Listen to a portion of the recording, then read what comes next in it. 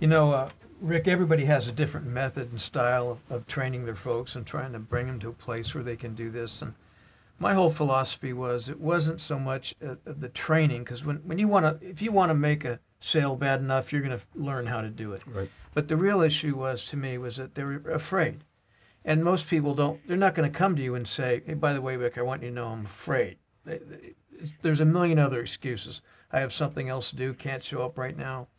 And so I saw it all as, how do I help them overcome their fear? And I felt that the more we train them without them doing it, the more the fear, the greater the fear became. I mean, if you ask someone to call a friend or something the first night they came to your meeting, they probably would. You wait a week and they don't do it. Right. So it was, how do you get them over the fear? How do you get them out there? How do you get them at the kitchen table and to realize that the client's not going to bite them. The client is not angry at them. The client, in fact, is going to probably like that they're there.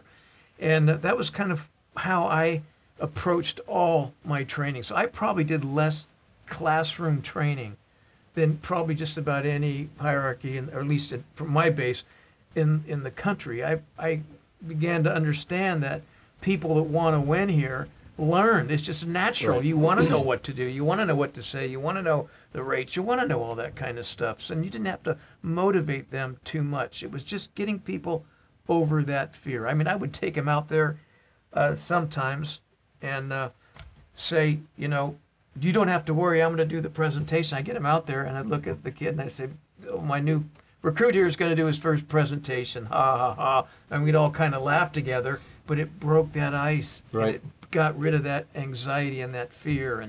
And we ended up bonding with the client in a real nice way because he didn't feel threatened either. We've had our philosophy on field training is the same as what you taught us. And you're going to have to get your agents to the kitchen table. That's where they're going to get good. That's where they're going to learn it. And it's funny, as we're knocking on the door after, maybe this is my 4th or 5th field training appointment with you. So, and we're driving together. So you're telling me about we're going to see my cousin, you know, Tom, and we go sit down. And right when you knock on the door, I go, okay, Mike, you're going to do the flip chart this time. Exactly. And you're like, what? Are you kidding? And then your uncle answers, hey, he didn't know this till just now, but you wouldn't mind if he does the flip chart. Oh no, I'm here to train him. So I think that's the easy. We do that same thing. And if you told him, oh, he would have canceled the appointment. He's canceling it. He's not showing up tonight. He has to work overtime. Absolutely. So that's how we kind of did it. I don't know if that's the right way, but that's the way we did it. You know, we do the same to this day, and what happens the next Tuesday meeting, they pay attention to the slides real well. Yeah, they because do. They might have to do that presentation in the future. I remember walking up to the house when I first started and ringing the doorbell with my new recruit, you know. And, you know, after telling him for a week how easy this was going to be, I'd be sitting there praying the guy wasn't home because I was going to have to do it. But you do it when you want to make it. Well, and you said it earlier, fear. And I think people just, they're afraid of the unknown. So this is a business where you have to pick up the phone and I'm excited, I'm in training, I need your help, and I need to sit down with, 6 people before I get my state license or whatever you're saying to set a field training appointment, and they're just afraid of it. But, our job as a field trainer, I think, at least how I feel, is each time we do a kitchen table appointment, that fear gets broken down a little bit. And then after 4, 5, or 6, the transition takes place, and now we kind of put them in the driver's seat. We sit back and watch and coach, and ultimately get them to a point where we're transitioning 100%, and they do 100% of it, and we're coaching and watching them develop people. Another point in there that's equally as important is a lot of times they don't really know if our product is good, if they're really doing a good thing. Right. They see our presentations, but sometimes they still kind of hold back. They're wondering. They feel like if they're pushing a client, they have to know that we're right. I mean, this is a mathematical equation. It's not like we don't tell people to, quote, believe in us. It's like, figure it out. I mean, we do the right thing every time that we sit down with that client. So they need to believe it and understand it. No, I believed it almost immediately. I became a real proponent of what we do in a powerful way. And I never doubted from that day ever that we weren't doing the right thing for people every single time. So get over your fear and know that we're doing the right thing. Because if you're out there wondering and thinking that you're using your friends kind of like a little guinea pig and hoping it's work, people can see through that. It's not going to work. I agree with you 100%. I felt the same way. I'd bought insurance when I was at Fort Knox in the Army, and didn't realize that what I'd purchased was the wrong type of coverage until Gary McCrumman sat down at our house and said, you have the wrong thing. And he taught me a line early on in our career: feel, felt, found. I understand how you feel, Rick. I felt the same way. Let me show you what I found. That's good. And that transition through our whole career is somebody, I thought what I had made sense, and it did make sense. But at the kitchen table is where everything is learned. And that's where I think the confidence and competence is instilled in people. Yep. You know, it's great that you're building a base shop like you're building. You know, another thing about building a base shop, if I can transition to that just a little bit, is the whole team. To build a big base, all the team needs to want to build that base. They need to identify it with that it's their base, not your base. And there's sometimes so much like personal identity in these big base shops. I don't think it's good. Right. I mean, it needs to be a group thing. We're in this to win. We're going to win together. We're going to beat our friendly competition together. And we're all going to win together. It's not just about the RVP now that you're going to get all these accolades and this glory and all this pay, and everybody else is still down here. No. It has to be where every person in there knows where they're heading, and you're helping them get to another place. You'll get a base shop a whole lot quicker that way, and a big one and a permanent one, than doing the super accountability. What did you do this week? What are you going to do tomorrow? How are you going to do this?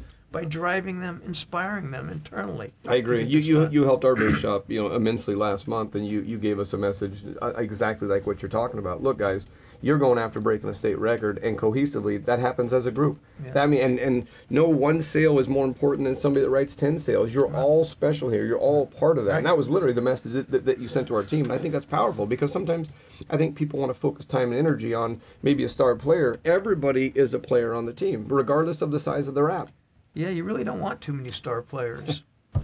You want, it's nice to have them. Sure. But they grow themselves, really, a good star player.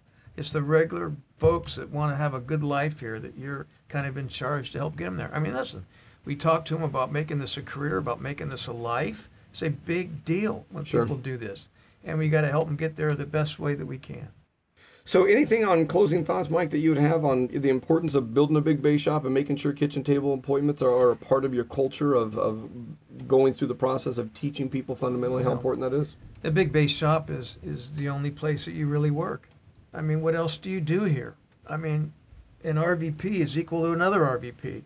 If I promote you as RVP, what exactly am I supposed to do with you? Except occasionally a pat on the back, proud of you, we're friends. Right. But your only place for you to work is in your base shop until you get big enough and large enough, that people want to hear you, and you fly around or whatever and give talks. But it's a long, long time before you get there. And if I had to do anything over again, as big as I am in the company, I would have stayed in the base shop for 10 more years. Wow. I miss it. It's the funnest part of the business. It's fun. I love where we're at right now, because you're right. You're the hustle and the bustle and the success and people having fun and everybody charging to hit a collective goal together, and new friends, indeed, new people in the trenches together. There's nothing like it. There is nothing like it. The fight of the kitchen tables, the talks afterwards, the curbside coaching on the way home. What happened? Your field trainer's calling you at midnight, you're still up and like a cat stuck to the roof, just fired up about what took place in the evening. Good times. Love it. I do love too. it. Great times. By the way, speaking of base shops, how's the field training bonus working out for you? In my 19 years, it is the single best thing the company's ever come out with. People are so excited. You get a brand new person, goes out there and does exactly what they should have been doing this whole time. So I've never had anything become more successful. And really, if you look at the size of our base shop and why we're doing so well, we've adopted that, implemented that, and we're selling that every day. I mean, the app that the brand new person might looks at, and they look down and they go, here's where I'm at on my bonus, $600, $800, $1,000. And that app, they've been here for 10 days. So the incentive for them is to finish school, get their license, pass their test. I've never seen anything. I am more excited about that than I am anything else that the company's announced since I've been here. I hear that across the board from everybody that's building and everybody that's using it. That is fantastic. Incredible opportunity. Love it. All right, man. Thank you very much. Good to see you. I appreciate talking with you today. Sure.